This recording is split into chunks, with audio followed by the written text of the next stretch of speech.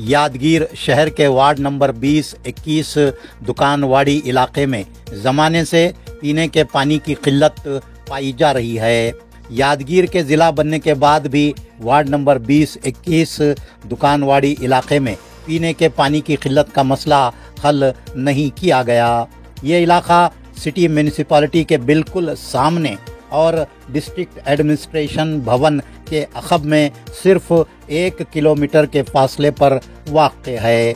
इसके बावजूद municipal commissioner गफलत की नींद कर रहे हैं और डिप्टी कमिश्नर मीटिंग पर मीटिंग कर रहे हैं। यादगीर शहर की भीमा नदी से 35 किलोमीटर के फासले पर वाक़ गुरमिटकाल को रोज़ाना पीने का पानी सरबराह किया जा रहा है, लेकिन यादगीर शहर के दुकानवाड़ी इलाके में पीने के पानी की इत्मीनान बख्श सरबराही नहीं हो रही है।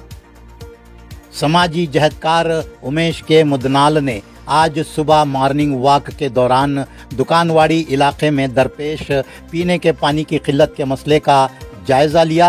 इस मसले पर सिटी म्यूनिसिपैलिटी और डिस्ट्रिक्ट एडमिनिस्ट्रेशन की तवज्जो दिलाने के लिए उमेश के मुदनाल की क़यादत में मुकामी अवाम ने खाली घड़ों के साथ झाड़ुओं को लहराते हुए एहतजाजी मुजाहरा किया। उमेश के मुदनाल ने सिटी म्यूनिसिपैलिटी यादगीर और यादगीर डिस्ट्रिक्ट एडमिनिस्ट्रेशन को वार्निंग दी है कि दुकानवाड़ी इलाके में अगर अंदरून 24 घंटे पीने के पानी की किल्लत का मसला हल नहीं किया गया तो रास्ता रोको एहतजाज मुनज़्ज़म किया जाएगा। रफ़ीक पटेल, अंजनैया, बाबा खान, मोहम्मद शरीफ, आरिफा बेगम, समीना बेगम, आसमा बेगम, रहमत बी, कौसर बेगम, नूर अहमद, फयाज, शरत और दीगर ने एहतजाज में हिस्सा लिया। यादगीर से ये टीवी न्यूज़ के लिए अब्दुल्ला बिन अहमद की रिपोर्ट। ದುಕಾನವಾಡಿಯಲ್ಲಿ ನೀರಿಲ್ಲ ರೀ। ನಮ್ಮ ಹುಡುಗರಿಗೆ ಸಾಲಿಗೆ ಕಳಿಸ್ಬೇಕಾದ್ರೆ ಭಾಳ ಪರೇಶಾನ। ಒಂದು ಕೊಡ ನೀರು ಸಿಗವಲ್ಲು, ಎಲ್ಲಿ ತರ್ಬೇಕು ನಾವು ಹೋಗಿ। ನೀರೇ ಇಲ್ಲ ರೀ ಇಲ್ಲಿ ಹುಡುಗರಿಗೆ। ಇವತ್ತು ಸಾಲಿಗೆ ಸತ್ಯ ಕಳ್ಸಿಲ್ರಿ ಸರ್ ನಾವು। ದುಕಾನವಾಡಿ ಒಳಗೆ ಯಾವಾಗ್ಲಿ ರೀ, ಇವಾಗಿಲ್ಲ, ಒಂದು 10 ವರ್ಷ ಆಯ್ತು ನಾವು ಇಲ್ಲಿ ಬಾಡಿಗಿದ್ದಿ, ಅವಾಗ್ಲಿಂತ ನೋಡ್ತೀವ್ರಿ ಸರ್। ನೀರೇ ಇಲ್ಲ ರೀ, ಭಾಳ ಕಷ್ಟ ಪಡ್ಯದ ಅದು ಇಲ್ಲಿ ಯಾವಾಗ್ಲಿ। Ward number 20-21 ward number 20 municipality ಅವರು ಬರ್ತಾರ ನೋಡಿ ಹೋಗ್ತಾರ್ರಿ ಸರ್, ಏನ್ ಮಾಡಲ್ಲ ಅವರು। अजरत भी सर ನನ್ನ ಹೆಸರು। पानी नहीं है हमारे मोहल्ले में। 21 नंबर 20 नंबर वार्ड है ये। 10-12 साल से पानी नहीं आ रहा यहाँ पे।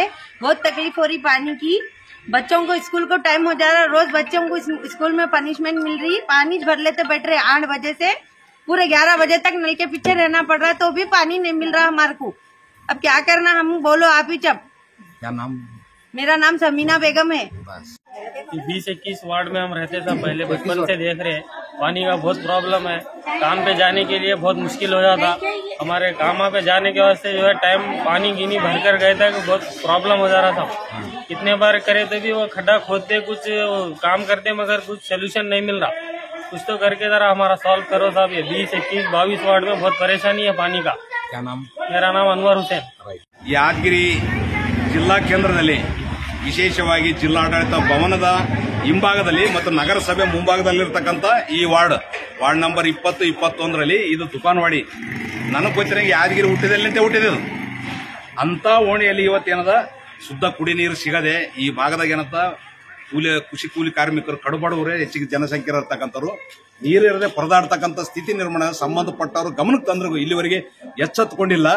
ನನ್ನ ಗಮನಕ್ಕೆ ನಿನ್ನೆ ಏನದ ಹಿಂಗಾದಂತ ಹೇಳಿ ಬಂದು ನನ್ನ ಗಮನಕ್ಕೆ ತಂದ್ರು। ಇವತ್ತು ವಾರ್ಡ್ ಬಂದು ನೋಡ್ಲಕ್ ಹೋಗ್ತೀನಿ, ನಮಗೆ ನಾಚಿಕೆ ಆಗ್ತದೆ। ಸಂಬಂಧಪಟ್ಟ ಅಧಿಕಾರಿಗಳು ಏನದ ನೀರು ಕೊಡ್ಲಕ್ಕಾಗಿಲ್ಲ। ಇವತ್ತು ಗುರುಮಿಟ್ಕಲ್ಗ 50 ಕಿಲೋಮೀಟರ್ ನೀರು ಹೋಗ್ತಾವ, 50 ಕಿಲೋಮೀಟರ್ ಗುರುಮಿಟ್ಕಲ್ ನೀರು ಹೋಗ್ತಾವ ನಮ್ಮ ಭೀಮಾ ನದಿವು। ಇದು ಸರಿಯಾಗಿ ಶುದ್ಧ ನೀರು ಕೊಡದೆ ಇವತ್ತು ದಿವ್ಯ ನಿರ್ಲಕ್ಷ್ಯ ವಹಿಸಿರ್ತಕ್ಕಂಥ ಜಿಲ್ಲಾಡಳಿತ ಮತ್ತು ನಗರಸಭೆ ಅಧಿಕಾರಿಗಳು ತಕ್ಷಣ ಈ ಸ್ಥಳಕ್ಕೆ ಭೇಟಿ ನೀಡಬೇಕು, ಈ ಸಮಸ್ಯೆ ಬಗೆಹರಿಸತಕ್ಕಂಥ ಕೆಲಸಕ್ಕೆ ಮುಂದಾಗಬೇಕು। ಇಲ್ಲದಿದ್ರೆ ಇವರೆಲ್ಲರೂ ಕರ್ಕೊಂಡು ಇವ್ರ ಮಕ್ಕಳನ್ನ ಶಾಲೆಗೆ ಕಳಿಸದೆ ಬಹಿಷ್ಕಾರ ಹಾಕಿ ಈ ರಸ್ತೆ ಬಂದ್ ಮಾಡಿ ಪ್ರತಿಭಟನೆ ಮಾಡಬೇಕಂತಕ್ಕಂಥದ್ದು ಜಿಲ್ಲಾಡಳಿತ ಮತ್ತು ನಗರಸಭೆಗೆ ಎಚ್ಚರಿಕೆ ನೀಡ್ತೀನಿ। ಜಿಲ್ಲಾಧಿಕಾರಿಗಳು ಮತ್ತು ನಗರಸಭೆ ಕಮಿಷನರ್ ತಕ್ಷಣ ಈ ಸ್ಥಳಕ್ಕೆ ಬರ್ರಿ, ಮೀಟಿಂಗ್ ಮಾಡೋದನ್ನು ಕಮ್ಮಿ ಮಾಡ್ರಿ, ಜನರ ಸಮಸ್ಯೆಗಳನ್ನು ಇತ್ಯರ್ಥ ಮಾಡತಕ್ಕಂಥ ಕೆಲಸಕ್ಕೆ ಮುಂದಾಗಬೇಕು। ಇಲ್ಲಾಂದ್ರೆ ಪ್ರತಿಭಟನೆ ಆಯ್ತು ಅಂದ್ರೆ ಶಾಲೆಗೆ ಚೆಕ್ಕರು ಪ್ರತಿಭಟನೆ ಹಾಜರಾಗಬೇಕಂತಕ್ಕಂಥ ಮಕ್ಕಳು ರೆಡಿ ಆಗ್ತಾರ। ಅವರ ಪೋಷಕರ ಸಂಘಟನೆ ನಾವು ಇದೇ ಬಗಲಾಗಿರ್ತಕ್ಕಂಥ ರಸ್ತೆ ಬಂದ್ ಮಾಡಿ ಪ್ರತಿಭಟನೆ ಮಾಡುವಕ್ಕ ಅನುಕೂಲ ಮಾಡಿಕೊಡಬಾರ್ದು।